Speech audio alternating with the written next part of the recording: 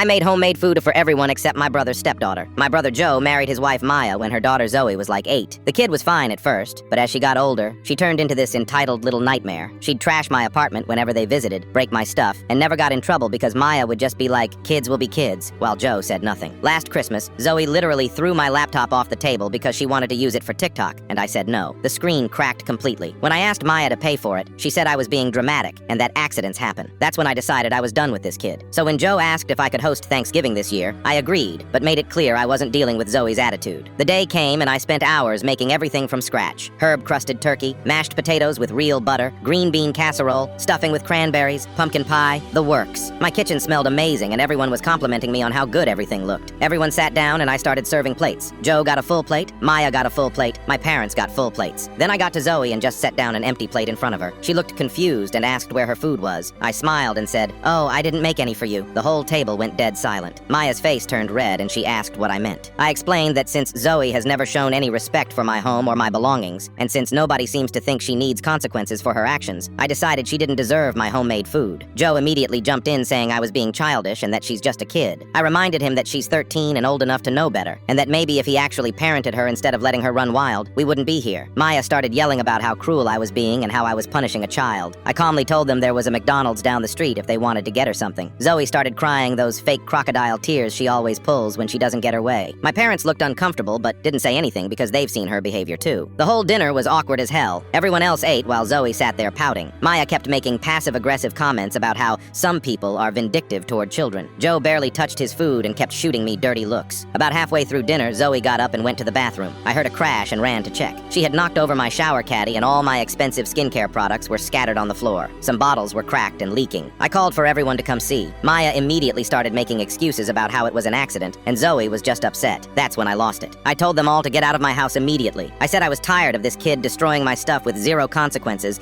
and that they were no longer welcome in my home until Zoe learned some basic respect. They packed up and left, with Maya calling me horrible names on the way out. Joe texted me later saying I embarrassed them and that I owed Zoe an apology. I texted back that the only person who owes anyone an apology is Zoe, and until that happens, don't contact me. My parents called the next day saying I was too harsh and that I should have handled it differently. But honestly, I'm not sorry. I'm tired of being expected to tolerate bad behavior just because someone's a kid. If Maya and Joe won't teach her boundaries, then I will by setting my own. It's been 3 weeks and Joe finally called. Apparently Zoe got suspended from school for throwing another kid's backpack in the trash during lunch. The principal told Maya that Zoe has anger management issues and needs counseling. Joe asked if we could talk because he's starting to see that maybe I had a point. I told him I'd consider it once Zoe apologizes for breaking my things and they pay for the laptop and skincare products she destroyed. Maya can call me vindictive all she wants, but at least my house is peaceful now.